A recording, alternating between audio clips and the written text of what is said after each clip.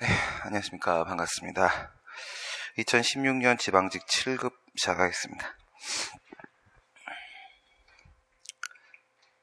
첫 번째 문제는 무효인 행정행위에 대한 설명으로 옳은 것은 행정청이 권한을 유월하여 공무원에 대한 의원면직 처분, 권한을 유월을 하였다 하게 되면 무권한의 행위고요. 무권한의 행위 주체의 하자가 인정됩니다. 주체상 하자가 인정이 되고, 공무원에 대한 의원면직 처분입니다. 의원면직 처분은 면직 처분 중에서 직권면직이나 징계면직이 아니라 스스로의 의사에 따른 거죠. 사직원의 수리.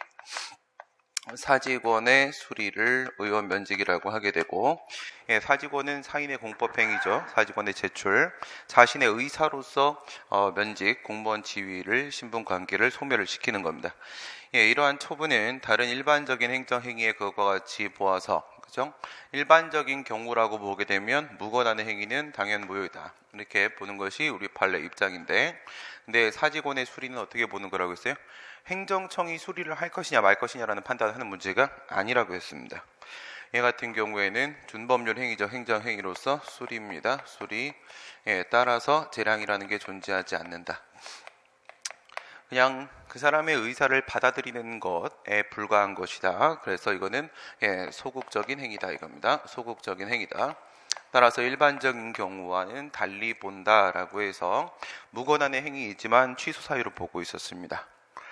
환경영향평가 법령의 규정상 환경영향평가를 거쳐야 될 사업인 경우에 환경영향평가를 거치지 아니하였다. 아예 거치지 않은 상태죠. 거치지 아니하고. 거치지 아니한 거나 마찬가지도 마찬가지입니다. 거치지 않은 것이나 마찬가지도 마찬가지죠. 이런 경우라고 하게 되면 환경영향평가법이 달성하고자 하는 목적 자체를 전혀 달성할 수가 없기 때문에 전혀 이 법령의 목적과 취지를 달성할 수가 없는 것이기 때문에 얘는 무효라고 봤습니다. 일반적인 절차자라고 하게 되면 공무원법에서 당연 무효다 이렇게 되어 있으면 당연 무효고, 또 일반적인 경우들은 취소 사유로 보지만 환경영향평가법 같은 경우에는 무효라는 별도의 규정이 있는 게 아닙니다.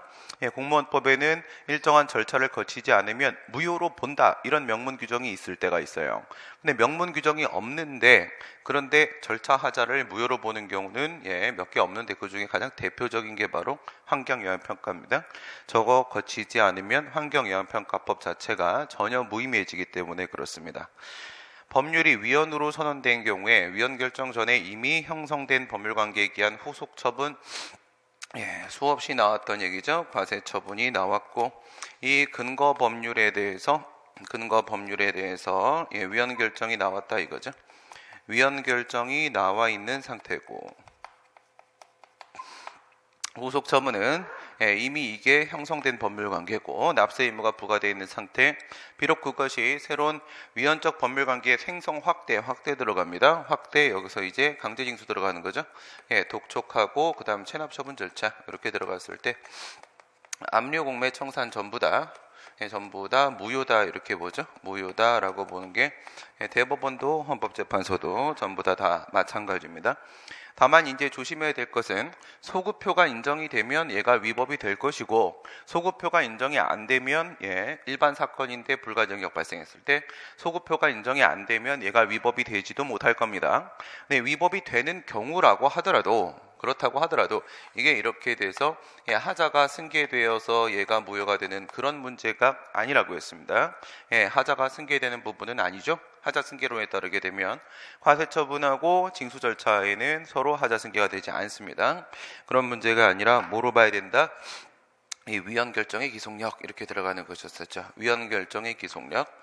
위헌 결정의 기속력 때문에 헌법재판소 위헌 결정의 기속력으로 인해서 얘는 무효가 되는 것이고, 얘들은 당연 무효가 되고 헌법재판소 결정문에 따라서 중대 명백한 하자라고 봐야 한다. 이런 부분이었습니다. 위헌 결정의 기속력 부분이지 하자 승계에 대한 문제는 아니었었고, 어쨌든 위헌 결정 나온 다음에 그 법률관계의 확대를 위해서 움직이는 후속 처분들은 전부 다 무효로 보고 있었습니다. 전부 다. 사직원의 제출에 내심의 의사가 사직할 뜻이 없었다. 내심의 의사, 진의 말하는 거죠. 진의, 진정한 의사가. 진정한 의사가 무엇인지는 상관하지 않겠다. 예, 뜻이 없었더라도 민법상의 비진의 의사표시, 민법상 비진의 의사표시. 예, 얘는요, 진통오기 이렇게 들어갔었고요. 진통오기. 예, 진이 아닌 의사표시, 통정 허위의 의사표시, 착오에 의한 의사표시, 사기 강박에 의한 의사표시. 얘는 107조, 108조, 109조, 110조 이렇게 들어갔을 때 이건 민법상의 의사표시 하자 얘기하는 것이고, 이 중에 판례가 107조에 있는 비준의 의사표시는 사인의 공법행위에 적용되지 않는다. 그 무효에 관한 규정이 적용되지 않으므로 사직원을 받아들인 의원 면직 처분을 당연 무효라고 볼 수는 없다라고 얘기했던 게 1980년에 공무원 숙정계획 얘기하는 겁니다. 공무원을 계획에 따라서 일괄적으로 사직원을 다 받고 나서 선별적으로 자기가 입맛에 맞는 사람만 남기고 나머지 전부 다 수리를 해버렸었죠. 누가 했던 짓이야? 예, 당연히 전두환 씨가 했던 짓이죠. 예, 이 당시에 이런 말을 했습니다. 맨 끝에 있는 사기 강박. 여기에 있는 강박까지는 아니었다. 이거는 너희들의 의사가 맞았다. 예, 그래서 아예 의사 능력을 상실할 정도의 강박까지는 아니었고, 강박이었다면 무효로 봐줬을 텐데 그 정도는 아니고, 근데 또 주장하고 있는 것이 우리의 진정한 의사는 아니었다. 이렇게 말을 했는데, 예, 이거는 공법관계에 있어서는 그 행위의 격식화, 정형화라는 특색을 고려한다라고 했을 때, 이 공법관계에서 단 한 명의 그 진위가 무엇인지를 전부 다 파악할 수는 없는 것이다. 뭐에 따르겠다는 겁니까? 표시주의 원칙에 따라서. 표시주의 원칙에 따라서 표시한 대로 받아들일 수밖에 없다라고 얘기를 했었습니다. 비진의 의사표시는 우리 공법관계에는 적용되지 않는다라고 했던 판례를 말하는 것이고요. 행정행위의 부관에 대한 설명으로 옳은 것만을 모두 옳은 것은 행정청이 공유수면 매립 준공인가 처분을 하면서, 준공인가입니다. 예, 준공인가를 받게 되면 공유수면 관리 및 매립에 관한 법률에 따르게 되면 그에 따른 매립지, 매립지의 소유권이 누구한테 가도록 돼 있어요? 법에 매립지의 소유권이 매립권자한테 귀속되도록 법에 정해져 있습니다. 이와 같이 매립지의 소유권을 설정해 준다라는 측면에서 공유수면 매립 면허를 우리가 특허라고 얘기를 했었던 것이고, 그 매립지에 대해 국가로의 귀속 처분을 한 경우에 이 부분 뭐예요? 원래 소유권은 매립권자한테 귀속돼야 되는 건데 그 중에 일부의 노른자 땅에 대해서 국가 귀속 처분을 했다 이겁니다. 이것을 지금 법률효과 일부 배제 얘기하는 거죠. 법률효과 일부 배제를 말하는 건데, 판례는 법률효과 일부 배제를 부담, 조건, 기한, 처리권 유보 4개 말고 법률효과 일부 배제도 판례는 부관으로 보고 있습니다.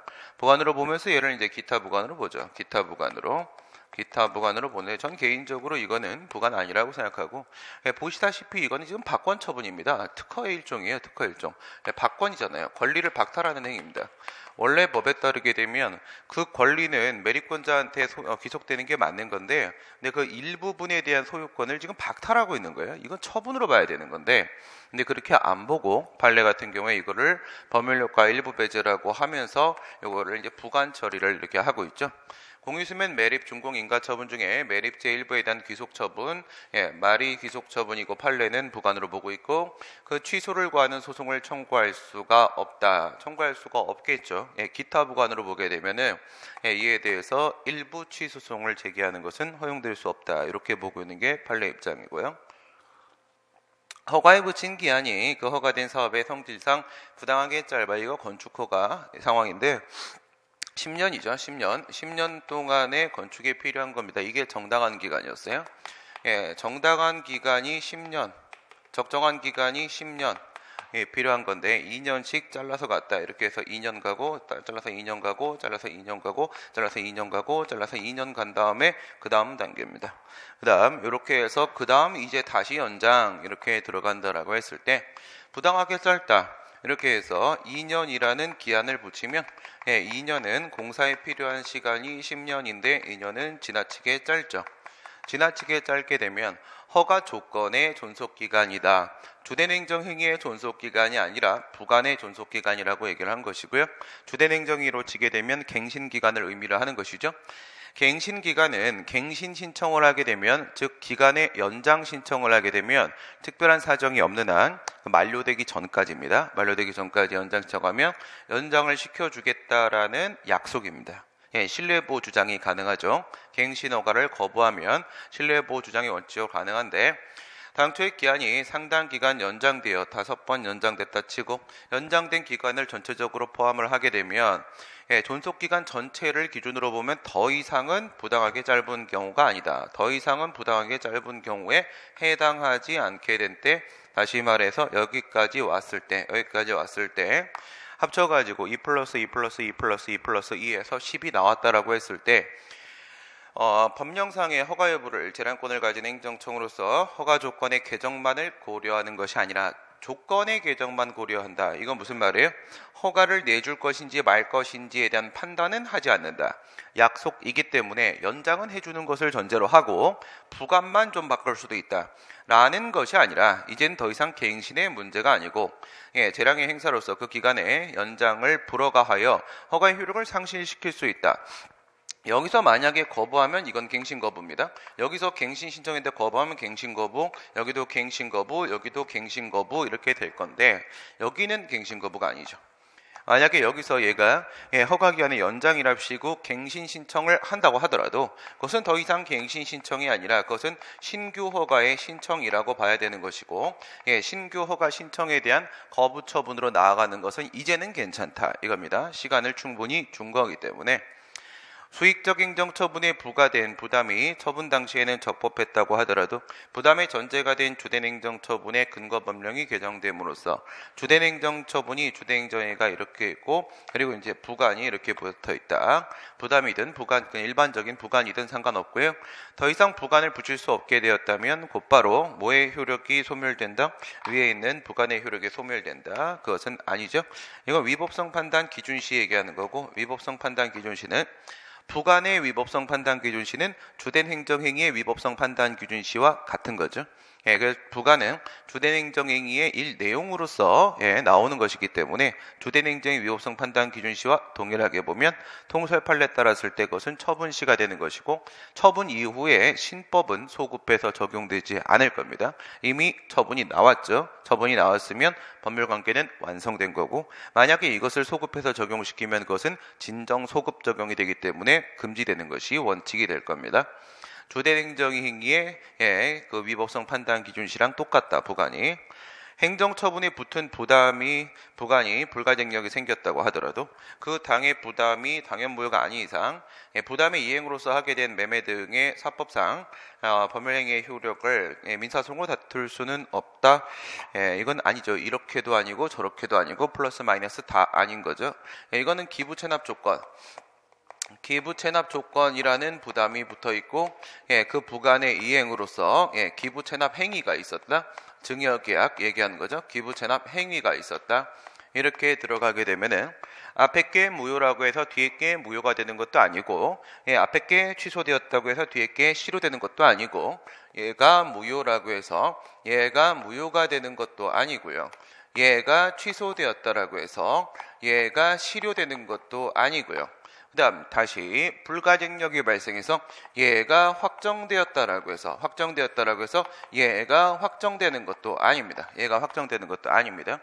두 개는 각각 별개의 법률 행위라고 봐야 되는 것이기 때문에 지금 같은 경우에는 밑에 확정 이 상황을 지금 얘기하려고 하는 건데, 그것이 예를 들어서 뭐 민법 103조에 위반돼서 사회질서에 위반된다라거나 아니면 강행규정에 또 위반된다라거나 뭐 이렇게 되면은 이것도 그냥 효력을 다퉈서 무효로 만들어버릴 수 있습니다. 앞에 게 확정됐다고 하더라도 이건 그냥 민사소송으로 효력 다투는 건 당연히 된다. 핵심은 서로는 완전히 별개의 독립된 행위다. 그 얘기가 되는 것이죠. 행정의 효력과 선결 문제, 행정의 효력이라고 하게 되면 떠오르는 것은 공정력과 존속력 그리고 강제력이죠. 공정력과 존속력 그리고 강제력 얘기하는 건데, 지금은 아래 지문을 보시게 되면 얘는 공정력 얘기하는 겁니다. 공정력. 행정행위의 효력 중에 공정력, 그 중에서도 이제 다른 국가기관에게 적용되는 구성요건적 효력을 말하려고 하는 것이고요. 구성요건적 효력과 선결 문제에 대한 논의입니다. 그러면 다른 국가기관은 권한없는 법원 생각하시면 되는 거고요. 민사법원과 형사법원 생각하시고, 그 다음에 선결 문제의 내용은 행정행위를 심사할 때 1단계에 있어서의 위법심사 있을 수 있겠고 2단계에 있어서의 효력심사 있을 수 있겠죠. 물론 효력심사는 취소 사유일 때의 효력 부인, 그 다음 무효 사유일 때의 효력 확인 이렇게 있을 텐데, 하자인은 수입 승인의 기초에 수입 면허를 받고 물품을 통관한 경우에 당해 수입 면허가 당연무효가 아닌 한, 당연무효가 아닌 한 취소 사유라는 얘기죠. 무면허 수입죄입니다. 무면허 무효가 이렇게 들어오면 무면허 무효가 효력 심사에 대한 문제가 선결 문제로 나서게 된다라고 했고요. 범죄 성립에 대한 얘기를 하고 있으니까 형사법원이죠. 얘는 형사법원에 무슨 심사가 된다? 당연 무효가 아니니까 무면허 수입죄라고 했으니까 효력 심사는 효력 심사인데 취소 사유니까 효력 부인이죠. 효력 부인. 이건 효력 부인에 해당을 할 거고, 손해배상 청구 중에서 개고 처분의 위법 여부가 적의 행정행위로 나섰고 개고 처분의 취소 판결이 있어야만 그 행정처분의 위법을 이유로 손해배상 청구할 수 있는 것은 아니다. 취소의 확정 판결을 받아오지 않았는데 바로 손해배상 청구해도 가능하겠는가? 민사법원이 행정행위를 심사할 수 있겠는가? 들어가면요, 이거는 1단계 위법심사만 가능하면 본안재판이 가능하게 될 테고, 영업허가 취소 처분이 행정쟁송에 의해 취소가 되었다면 영업허가 취소 이후에 행한 영업에 대한 무허가 영업으로 처벌을 할 수 있다 이래 되어 있는데요. 우선은 이거는 앞에서 이 생각을 먼저 해봐야 되죠. 취소의 취소입니다. 취소의 취소. 취소의 취소 들어가시게 되면요, 앞에 소송이나 심판의 대상이 된 게 취소 처분이죠. 그 다음에 취소 판결, 취소 재결 나왔죠. 원처분이 수익적 처분입니까? 침익적 처분입니까? 영업허가죠. 영업허가 수익적 처분이니까 절충설 판례 입장에 따르게 되면 회복이 가능할 겁니다. 당연히 재결, 판결 모두 다 소급해 인정되고요. 그러면 영업허가 처분은요, 다시 회복이 되는데 처음부터 계속 유지되고 있는 겁니다. 취소 처분은 단 한 번도 없었던 거죠. 그러니까 취소의 취소가 지금 되는 상황이고요. 그러면 계속적으로 영업허가는 존속되고 있었던 겁니다. 계속적으로 영업허가는 존속되고 있었던 건데, 얘는 영업허가 취소 처분을 받고 나서 그냥 영업을 계속 진행을 했습니다. 돌파를 했던 상황인데, 여기서 무허가 영업죄가 성립이 되려고 하게 되면요, 여기서는 형사법원이 말이에요. 형사법원이 뭘 할 수 있어야 돼요? 지금 영업허가가 있는 거니까, 그렇죠? 그러니까 형사법원이 영업허가의 효력을 부인할 수 있어야 되는 겁니다. 영업허가의 효력을, 효력 부인이죠. 영업허가가 있는 겁니다. 영업허가가 취소됐기 때문에. 그러면 그렇게만 보면 유허가 영업입니다. 허가를 받고 영업한 게 맞는 거거든.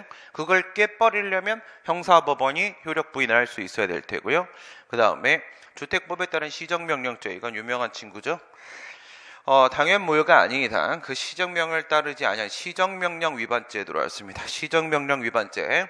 요거는 이제 어쨌든 범죄 성립에 대한 문제니까 우선 기본적으로 형사법원 들어오게 되고요. 형사법원 이렇게 되겠죠. 형사법원 들어오고 시정명령을 한 거하고 형사처벌을 하는 거하고 그 목적이 똑같기 때문에 여기서는 효력까지 부인시키지 않는다고 할지라도 위법한 명령은 따르지 않아도 상관없는 겁니다. 그것 때문에 죄가 성립되는 건 아니니까 얘는 선결 문제가 위법 심사에 대한 문제로 이렇게 나서게 될 겁니다. 그러면 효력 부인은 이건 안 되는 거고 위법 심사는 되는 거고 효력 부인은 안 되는 거고 위법 심사는 되는 거고 이렇게 결론이 나오게 되겠죠. 네, 그다음 문제 4번 질서 위반 행위 규제법상의 과태료에 대한 설명으로 옳은 것은 이건 행정 질서벌 얘기하는 거죠. 행정 질서벌, 행정 형벌하고 구별을 하시고 행정형벌이 아니므로 고의 또는 과실과 무관하게 부과할 수 있다. 이건 책임주의 원칙이 적용되냐 안 되냐 이거죠. 책임주의 원칙이 적용되냐 안 되냐. 과거 같은 경우에는 이거는 단순히 객관적인 관계법규 위반 행위만 있으면 과태료는 부과할 수 있다가 판례죠. 현재도 판례는 거기까지입니다. 거기까지인데 법이 개정이 돼가지고 질서위반 행위규제법 제7조에 따라서 책임주의 원칙이 지금은 적용되죠. 지금은 적용이 되는 것이고 행정형벌과 마찬가지로 고의나 과실이 있어야 된다라고 봅니다. 고의나 과실. 그래서 제가 행정벌로 기억하라고 했습니다. 행정형벌, 행정질서벌은 이제는 고의 과실이 필요하고 나머지 것들은 필요 없다. 나머지 것들은 고의 과실 필요 없다. 행정벌, 형벌, 질서벌은 고의 과실이 필요한 걸로 지금은 정리가 된 상태고 위법성이 차고는 과태료 부과에 영향을 미친다. 여기서 이제 고의 부분 이쪽 치고 들어오려고 하는 겁니다. 고의 부분 이렇게 칠 때 고의라는 것은 뭘 말하는 거야? 위법성을 인식을 해야 됩니다. 위법성 인식을 해야 되는데 인식 가능성을 생각해 보란 말이에요. 인식 가능성. 이것이 법에 위반되는 행위라는 것을 이미 알고 있었다면 고의에 따른 행위인 것이고 그러면 과태료 부과가 되는 겁니다. 되는 건데 얘가 지금 위법성을 인식을 못했다는 거예요. 위법성을 인식을 못했다. 이런 경우에는 이 행정질서벌뿐만 아니라 행정형벌도 마찬가지예요. 이건 형법에서도 정당한 이유가 있으면 그러면 예외 인정합니다. 예외 인정해요. 알지 못했다라는 부분에 대한 정당한 이유가 충분히 인정이 된다면 그러면 행정형벌도 벌금도 부과 안 합니다. 과태료 부과에 당연히 영향을 미치죠. 과태료 부과를 안 할 수 있습니다. 정당한 이유가 있으면. 요거는 또 질서위반 행위규제법에 이 친구 7조 들어오면서 따라 들어왔어요. 또 8조 그대로 따라 들어왔습니다. 따라 들어와서 책임주의가 새로 들어왔으니까 그에 대한 예외 사유도 딸려 들어올 수밖에 없었고 8조에 별도 규정이 있습니다. 과태료는 당사자가 과태료 부과 처분에 대해서 이의를 제기하지 아니한 채 질서위반 행위규제법에 따른 이의제기 기간이 종료한 다음에 60일 얘기하는 거죠. 사망한 경우에는 그 상속재산에 대해서 집행할 수 있다. 그 말은 뭐예요? 승계된다. 승계된다. 과연 승계가 되는 건가? 그렇죠. 승계가 되죠. 일신 전속적 성격을 띠고 있는 것인가 아닌가에 대한 판단을 하셔야 되는데 뭐하고 비교하는 거예요? CF 이행강제금하고 비교하는 거죠. 이행강제금의 경우에 있어서는 일신 전속적 성격을 띠기 때문에 그 상대방이 부가 처분에 상대방이 사망을 하게 되면은 상속인한테 그게 승계되지 않죠. 그래서 만약에 소송을 제기해 놓은 상태라고 할지라도 승계가 되지 않을 거기 때문에 그냥 재판을 종료시켜 버린다라고 했습니다. 그러나 얘와 마찬가지로 뭐든 마찬가지예요. 과징금이었죠. 과징금 부과나 과태료 부과 같은 경우에는 일신 전속적 성격을 띠는 것이 아니기 때문에 승계가 될 수가 있습니다. 하나의 행위가 2개 이상의 질서 위반 행위에 해당하는 경우 이런 경우 많이 있습니다. 법이 워낙 많기 때문에 여기저기 걸리는 건 많이 있을 수 있는데 그랬을 때 질서 위반 행위에 대해서 정한 과태료를 가중하여 부과하는 합산한다는 얘기잖아 지금. 그죠? 그럼 뭐 여기에 따라서 10만 원이고 여기에 따라서 5만 원이고 저기에 따라 50만 원이고 그럼 다 이거 합산한다. 그럼 뭐 하나만 걸리면요 수십억 나올 수도 있습니다. 말이 안 되는 얘기예요.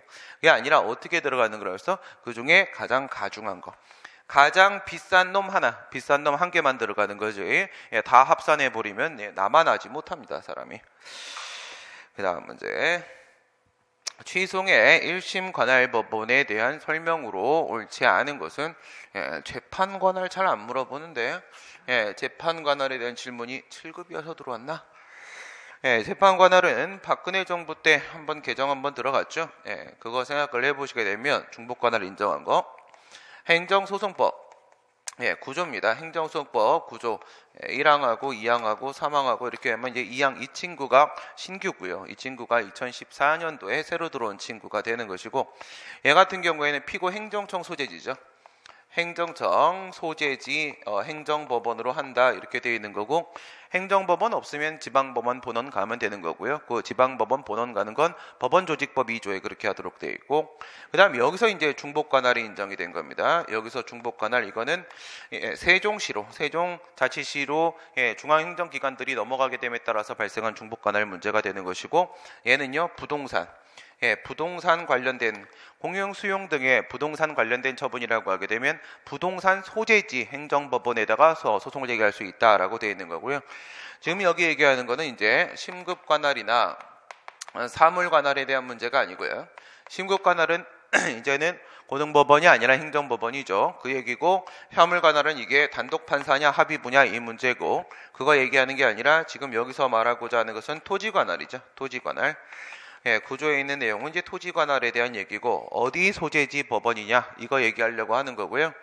여기 이제 중복 관할에서 이제 1호, 2호 이렇게 나눠지면서 여기서 1호, 2호 이렇게 들어가게 되면 중앙행정기관이 있고 그 중앙행정기관의 부속기관이 있고 그다음 중앙행정기관의 합의제 산하의 합의제 행정기관 또는 그 장 여기까지가 1호가 되는 것이고 그 다음에 공무를 위탁받은 공법인 여기가 되는 겁니다.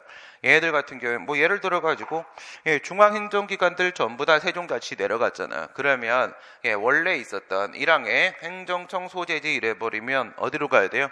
대전지방법원으로 전부 다 가야 되는 상황이 온단 말이에요. 그 문제가 있겠고 그다음 이제 부속기관이나 합의제 행정기관 이런 애들은 뭘 생각을 해보시면 되냐면 뭐 예를 들어 국토교통부 산하에 있는 중앙토지수용위원회라거나 고용노동부 산하에 있는 중앙노동위원회라거나 이런 애들도 다 내려가 있단 말이에요. 다 내려가 있는데 그러면 그쪽 사건들 같은 경우에도 전부 다 대전으로 가야 되는 상황이 올 수가 있어요.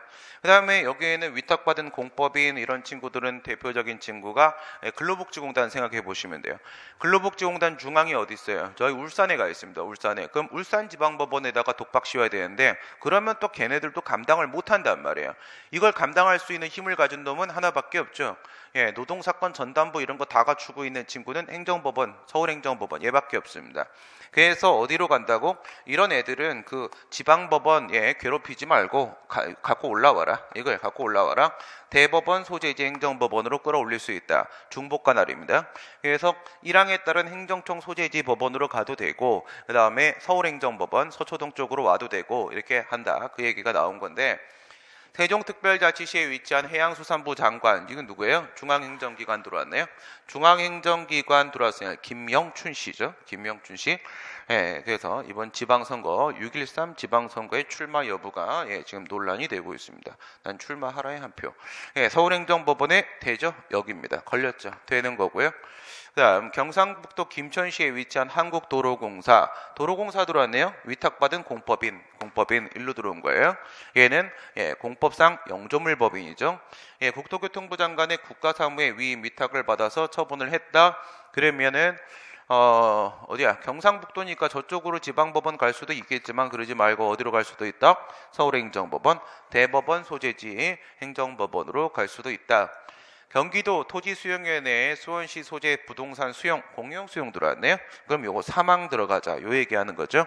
부동산 소재지니까 이러면은 그쪽의 법원, 지방법원 본원입니다. 본원, 수원지방법원 본원 갈 수가 있는 게 맞고요. 식품위생법에 따른 서울특별시 서초구 음식점 영업허가 취소 처분의 취소는 서울행정법원, 그죠? 서울행정법원에 제기할 수 있는 거고요. 그 다음 문제 보시면 공물과 관련한 법률 관계에 대한 설명으로 옳지 않은 것은 이거는 그냥 강론이에요. 강론인데 간단하게만 봅시다. 간단하게만. 근데 이거 다 했던 내용들이어가지고 그걸 생각을 해보시게 되면 공물의 성립과 소멸 있죠. 공물의 성립, 소멸. 사물이 공물로 성립하고 일반 재산이 행정재산으로 전환되고 소멸, 행정재산이 일반 재산으로 전환되고 공물이 사물로 소멸하게 되는 상황 했을 때 의사적 요소 얘기하는 겁니다. 의사적 요소 여기는 뭐라고? 의사요소. 의사적 요소로서 공용 폐지나 아니면 공용 지정 행위가 필요한 것인가 나누게 되면 인공공물하고 자연공물하고 이렇게 나눴을 때 성립을 할 때 얘 같은 경우에는 공용 지정 행위가 필요하고요. 도로 같은 거, 그다음에 하천, 바다, 산 이런 거 같은 경우에는 자연 상태 그대로 제공되는 거니까 공용 지정이 필요가 없다고 했는데 얘네들은 둘 다 공용 폐지는 필요하다 그랬죠. 공용 폐지에 국가의 의사 표시는 필요한 게 맞다. 이걸로 밀어버리면 됩니다. 국유 하천 부지는 별도의 공용 개시 행위 이게 공용 지정이고요. 공용 지정. 공용 지정 행위가 없다고 하더라도 자연 공물이죠. 행정재산이 되는 것이고 공물이죠. 공물이 될 수 있고 농로나 국어와 같은 인공적 공공용 재산 인공공물이죠. 인공공물은 법령에 의해서 지정되거나 행정처분은 공공유를 사용하기로 결정한 경우 또는 그 재산으로 실제 사용하는 경우 어느 하나에 해당하면 바로 행정재산이 될 수가 있다. 뭐라고 돼 있어요? 바로가 아니라 어디 공공용으로 사용하기로 결정. 이게 공용 지정입니다. 공용 지정. 그러니까 자연곡물은 공용지정이 필요가 없고 인공곡물은 공용지정이 필요하다라고 말을 한 겁니다. 공용지정 보시게 되면 필요하고 필요 없고 맞는 얘기가 되는 거고, 곡물의 공용 페이지에 관하여 공용 페이지에 의사표시가 있어야 되냐, 이건 행정법이든 민법이든 간에 의사표시는 명시적 의사표시만 인정되는 건 아니고 묵시적 의사표시도 인정될 수가 있는 건 기본이죠. 인정될 수 있는데 곡물이 사실상 본래 용도에 사용되고 있지 않다거나 행정주체가 점유를 상실하였다는 정도의 사정만으로는 부족하고 주의적 사정을 종합적으로 객관적으로 공용페이지의 의사의 존재가 추단될 수 있어야 된다. 지금 여기서 이 곡물이 무슨 곡물인지가 안 나왔어요. 그렇죠? 무슨 곡물인지가 안 나와요. 상관없죠. 인공곡물, 자연곡물 전부 다 공용페이지 필요한 거니까 상관없는 겁니다. 있어야 되는 게, 추단될 수 있어야 되는 게 맞고, 곡물의 인접점인 옆에 살고 있다라고 해서 물론 이제 일반적인 다른 이제 공공용물의 이용자하고는 좀 다르긴 하겠지만 당해곡물을 구체적으로 사용하고 있어야 됩니다. 구체적으로 당해곡물을 사용하고 있지 않은 이상 곡물에 대한 고양된 일반 사용권, 일반적인 사용권자보다는 좀 고양됐다라고 얘기를 하는 건데, 이건 이제 원고 적격이 인정될 수 있는가 없는가와 관련된 문제가 되는 겁니다. 그래서 곡물을 아예 폐지를 해버렸다, 횡단보도가 있었는데 뭐 사라졌다, 도로가 있었는데 사라졌다 이랬을 때 과연 인접점이 다툴 수 있겠는가? 기본적으로 고양된 일반 사용권이 인정이 돼줘야 되고요. 그 말은 그 곡물의 특정 부분을 고정적으로 사용을 하고 있어야 돼요. 계속적으로 사용을 하고 있어야 되는데, 근데 얘가 아직 뭐는 아니야. 지금 이게 특별 사용관계는 아니지 않습니까? 특별 사용관계면 원고적격 인정되는데, 특별 사용관계가 아니라고 할지라도 예외적으로 원고적격 인정될 수 있을 때가 있거든. 그러기 위해서 기본적으로 고양된 일반 사용권이 전제가 돼줘야 되는데요. 그거는 구체적 사용입니다. 특정 부분에 대한 장소적 한계, 특정 부분에 대한 계속적 사용이 전제가 우선은 돼줘야 됩니다. 사실 이것만 가지고는 의미를 부여할 수 있는 건 아니고요. 지방자치단체의 공공용물에 대한 적법한 개발 행위로, 적법한 개발 행위죠. 위법이 아닙니다. 적법한 개발 행위에 들어왔으면 손실보상에 대한 문제가 될 텐데, 공공용물에 대한 일정 범위의 사람들의 일반 사용이 제한받게 되어 입게된 불이익은 원칙적으로 손실보상의 대상이 된다. No way. 아닙니다. 그게 아니라 곡물 사용관계 같은 경우에는 일반 사용관계가 있고, 그렇죠? 곡물이라고 하게 되면 얘는 일반 사용관계가 있고, 일반 사용관계가 아니면 특별 사용관계가 있고, 넘어갈 때 그 특별 사용관계에서 4개를 나눴잖아요. 여기서 허가 사용관계가 있고, 특허 사용관계가 있고, 관습상 사용관계가 있고, 계약상 사용관계가 있는데, 관습법에 따라서 갯벌에서 고기 잡던 사람들 같은 경우에 보상을 해줄 수 있다라고 얘기한 거 여기 얘기하는 거거든요. 여기 그러니까 손실보상은 곡물의 특별 사용관계에 해당해야 돼요. 특별 사용관계. 일반 사용관계 쪽에선 손실보상 안 됩니다. 안 되는 거예요. 이거는 이제 강론 문제니까 그동안 몇 번 풀었었기 때문에 그냥 한번 확인해 본 거고, 개인정보보호법입니다. 개인정보보호법에 적용을 받는 개인정보 처리자, 개인정보 파일을 운영하기 위하여 스스로 개인정보를 처리하는 공공기관이나 법인, 단체, 개인을 말한다. 물론 법이 개정이 돼서 공공기관 개인정보보호법에서 그냥 개인정보보호법으로 바뀌는 과정에서, 그 과정에서 공공기관이 아닌 이와 같이 다른 아이들도 들어간 부분을 좀 포함시킨 것은 잘했습니다. 잘했는데 여기에 문제가 되는 건 뭐냐면, 그냥 얘들이 그냥 개인적인 용도로 쓰기 위하면 안 됩니다. 이거는 업무용이어야 돼요. 업무용. 그래서 업무 용도여야 되는 거지, 업무를 목적으로입니다. 업무를 목적으로. 업무용으로 남의 정보를 가지고 있을 때, 그럴 때 법 적용을 받는 것이고요. 그 다음에 또 한 가지 또 문제를 잡을 만한 부분은 스스로 개인정보를 처리하지 않아도 됩니다. 누구예요? 제3자를 통해 개인정보를 처리하고 있는 경우 역시도 포함되는 겁니다. 안 그러면 이 단체나 개인들이 스스로 개인정보 운영 안 하고요, 딴 사람 시켜버리면 어떡할 거야? 그럼 법 다 피해버릴 수 있잖아. 그렇죠? 제3자한테 이 정보 처리를 시켜도 마찬가지가 되는 겁니다. 반드시 업무 목적이어야 되고요. 그 다음에 처리하고 있으면 되는 거지 꼭 스스로 처리하고 있을 필요는 없다. 개인정보 처리자가 개인정보보호법상의 허용 요건을 충족해서 개인정보를 수집하는 경우에 목적의 필요 최소한의 개인정보를 수집해야 되겠죠. 그렇죠? 필요 최소한, 비례 원칙이죠. 개인정보를 수집해야 되는 건 기본인데, 개인정보 처리자가 최소한의 개인정보 수집이라는 의무를 위반한 경우에 누가 입증을 할 것인가? 이 문제입니다. 누가 입증을 할 것인가? 그러니까 최소 범위가 아니라는 것을 지금 정보 주체가 입증을 해야 되는 것이냐? 아니면 내가 최소 범위의 개인정보를 처리하고 있다. 이건 최소 범위의 개인정보 수집이었다라는 것을 개인정보 처리자가 입증을 해야 되는 것이냐? 개인정보 처리자가 입증을 해야죠. 우리가 그걸 어떻게 입증을 해요? 그렇죠? 아니, 뭔 짓을 하고 있는데 어떻게 알아? 이게 아니라 개인정보 처리자가 필요 최소한의 범위 내에서 개인정보를 수집했다라는 것은 지가 입증을 해야 되는 것이다. 당연히 소송에서 얘기하는 거고요. 불특정 다수가 이용하는 목욕탕, 화장실, 발안실, 탈의실 등의 영상정보 처리기기 CCTV 얘기하는 거죠. CCTV. 이 CCTV 설치는 대통령령으로 정하는 바에 따라 옆에다가 여기는 CCTV가 설치되어 있습니다 라고 이제 하면은 여기다 CCTV 설치돼요. 말도 안 되는 얘기를 하고 앉아 있는 거죠. 이게 아니라 이 안내판 설치는 있잖아요. 안내판 설치는 여기 학원에도 마찬가지고요. 그냥 지나가다 보면 빵집들도 이렇게 CCTV 있잖아. 거기에 CCTV 설치했습니다라고 붙여놓잖아요. 그 얘기를 하는 거고요. 이런 데는 안 돼요. 영상정보 처리기기 이런 데다가 이 사생활의 비밀 침해인데, 그죠? 이거는 영상정보 처리기기 못 설치하는 거고요. 뭐 안내판만 설치하면 아무데나 다 설치할 수 있나? 그러면 안내판 딱 붙이고 적법한 몰카입니다. 이렇게 하면 뭐 어떡할 거야, 그죠? 말도 안 되는 소리고요. 저게 되는 건 교도소 이런데요. 교도소 같은 경우는 목욕탕에다가 CCTV 설치하거든. 그건 정말 예외적인 경우고요. 저런 데다가 안내판 설치했다고 CCTV 설치되는 건 아니고 개인정보 처리자는 개인정보보호법에 따라 개인정보의 처리에 대해서 정보 주체의 동의를 받을 때에는 정보 주체와 계약 체결을 통해서 정보 주체의 동의 없이 처리할 수 있는 개인정보하고 정보 주체의 동의가 필요한 개인정보를 구분을 해야 되는데 이 경우에 동의 없이 처리할 수 있는 개인정보라는 입증 책임은 그러니까 이거는 얘한테 유리한 거잖아요. 개인정보 처리자가 부담한다. 다 얘가 입증하는 거예요. 다 얘가.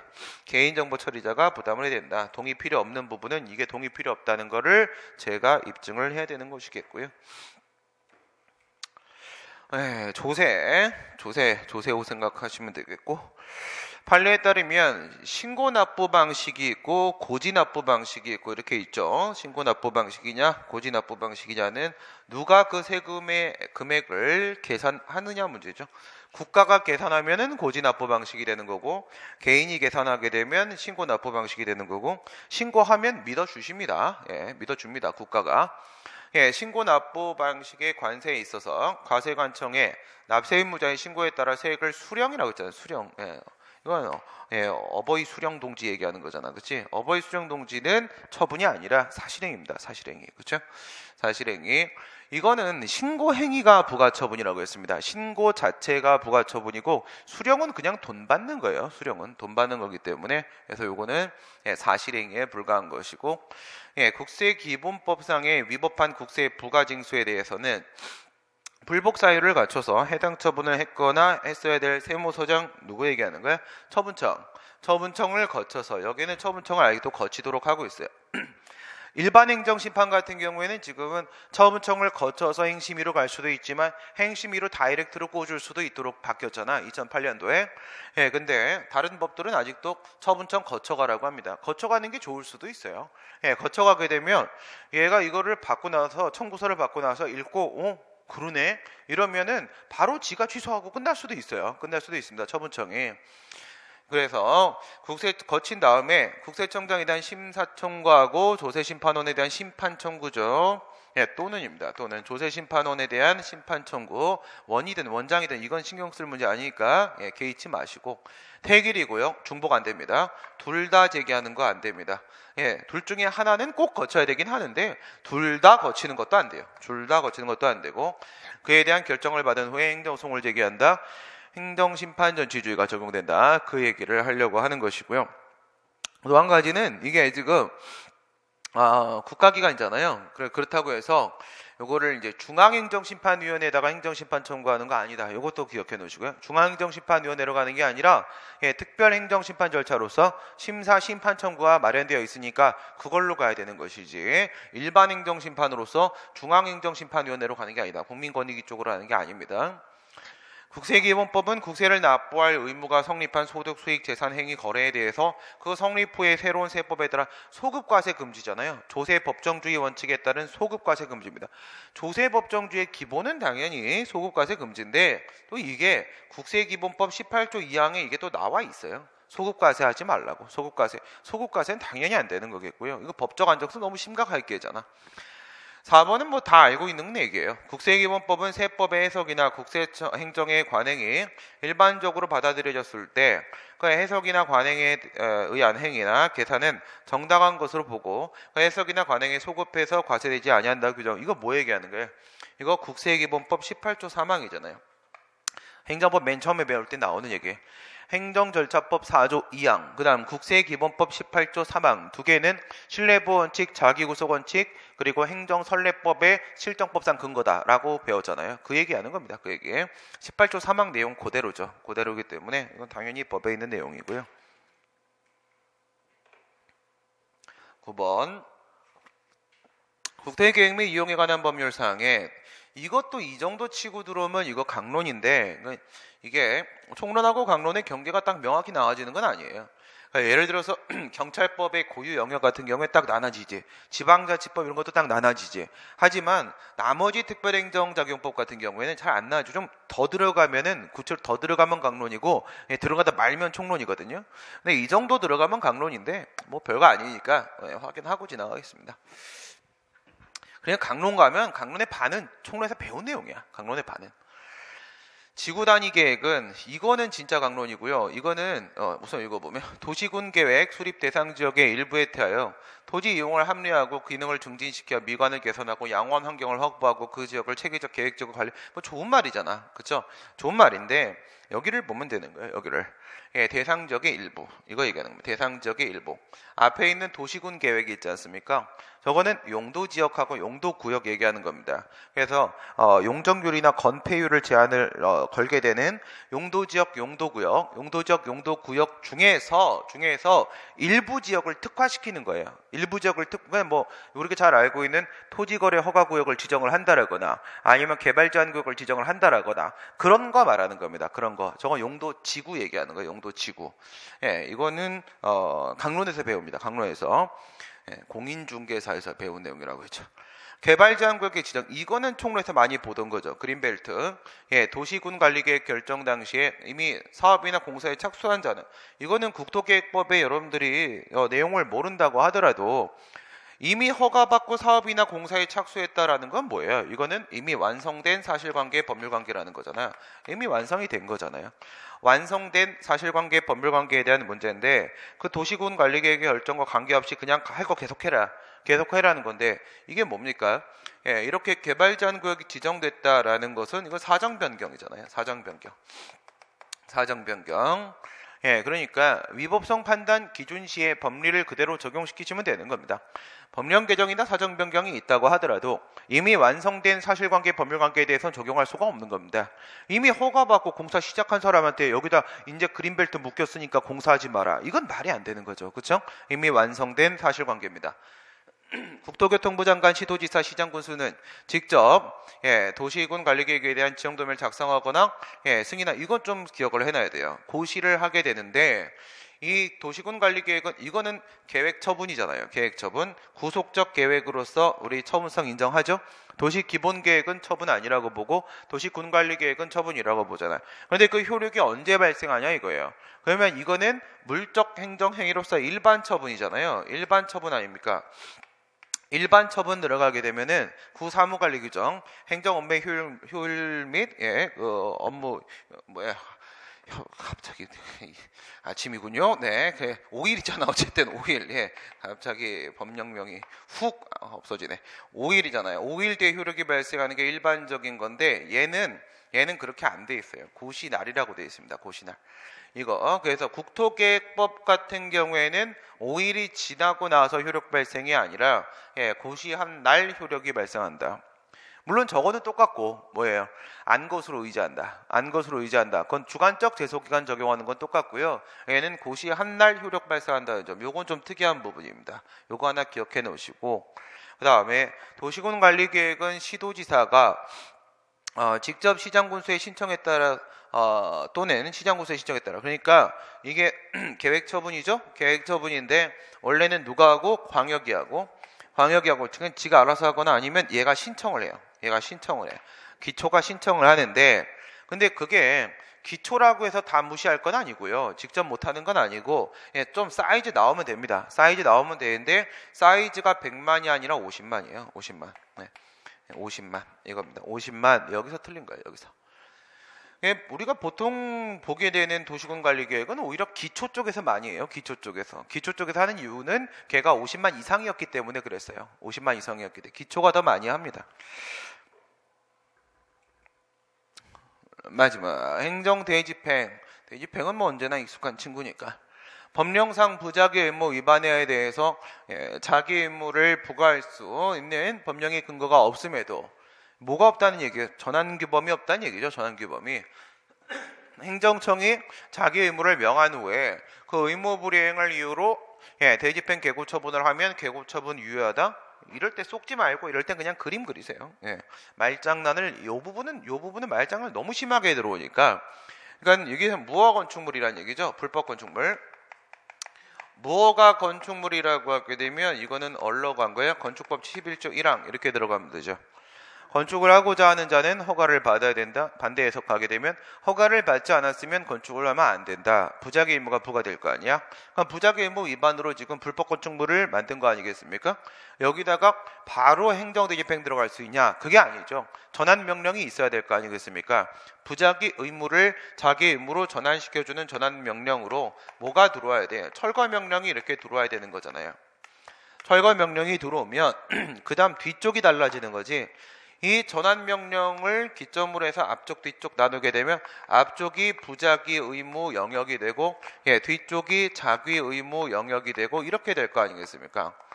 이렇게 의무도 씁시다. 의무 영역이 되는 거고 이렇게 될 거 아니야.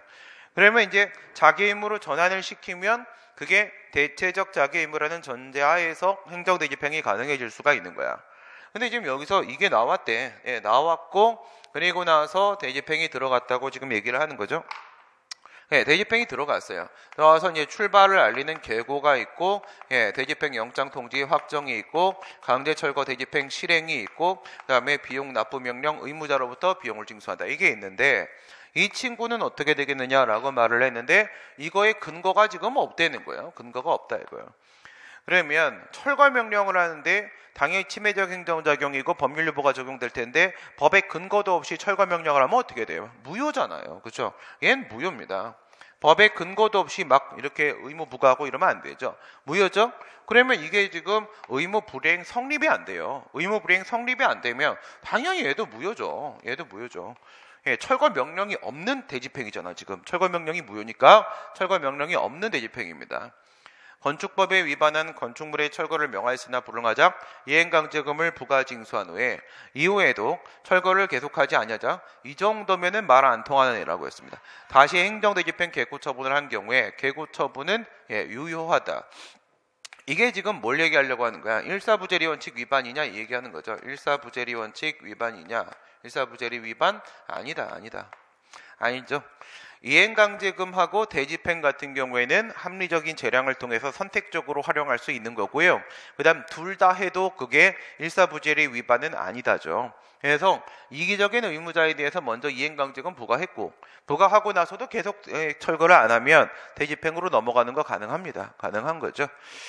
계고서라는 명칭의 한 장의 문서로 일정 기간 내에 위법 건축물의 자진 철거를 명함과 동시에 소정 기한 내에 자진 철거를 하지 아니할 때는 그러니까 여기서 철거 명령, 얘가 철거 명령이고 동시에 한 장의 문서로 대집행을 할 것이라는 것을 미리 계고를 하였다.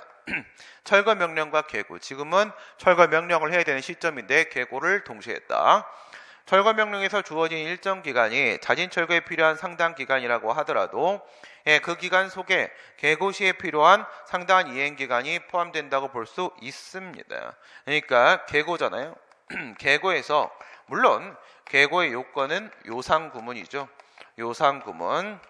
계고서는 아주 요상한 구문으로 되어 있는데 행정대집행의 요건을 갖추고 있어야 되고 상당한 기간이 보장돼야 되고 대집행의 내용 등이 구체적으로 특정돼야 되고요. 문서로 해야 되는 거잖아요. 여기서 이 상당한 기간 만약에 철거를 하는데 필요한 시간이 10일이라고 치게 되면요, 이 앞에서 철거 명령이 나왔을 거 아니야. 앞에서 원래 같은 순서대로 하게 되면 철거 명령 나오고 불이행하게 되면은 그 다음에 계고 확정 이렇게 들어갈 거 아니겠습니까? 이렇게 했을 때 아니 뭐 처음에 철거 명령할 때도 당연히 철거 기간을 보장해 줘야 되는 거고, 계고할 때도 여기서 뭐라고 했어요? 의무 내용 등을 구체적으로 특정하라고 했잖아. 좀 얘가 뭘 하라는 건지 몰라가지고 못하고 있었을 수도 있습니다. 그래서 계고를 한 번 더 하는 거야. 그러면 이제 알았지? 내가 뭘 해야 되는지 의무 내용을 이제 알았어. 그러면 똑같은 기간이 필요한 거야. 똑같은 기간이. 이게 달라질 이유는 없는 거예요. 이게 원래 10일이 필요한 의무 내용이라고 하게 되면 여기서도 10일 주고요. 그리고 나서 그 기한 내에 안 하면은 이제 대집행 들어가면서 요 계고할 때도 10일 또 줘야 되는 거예요. 10일.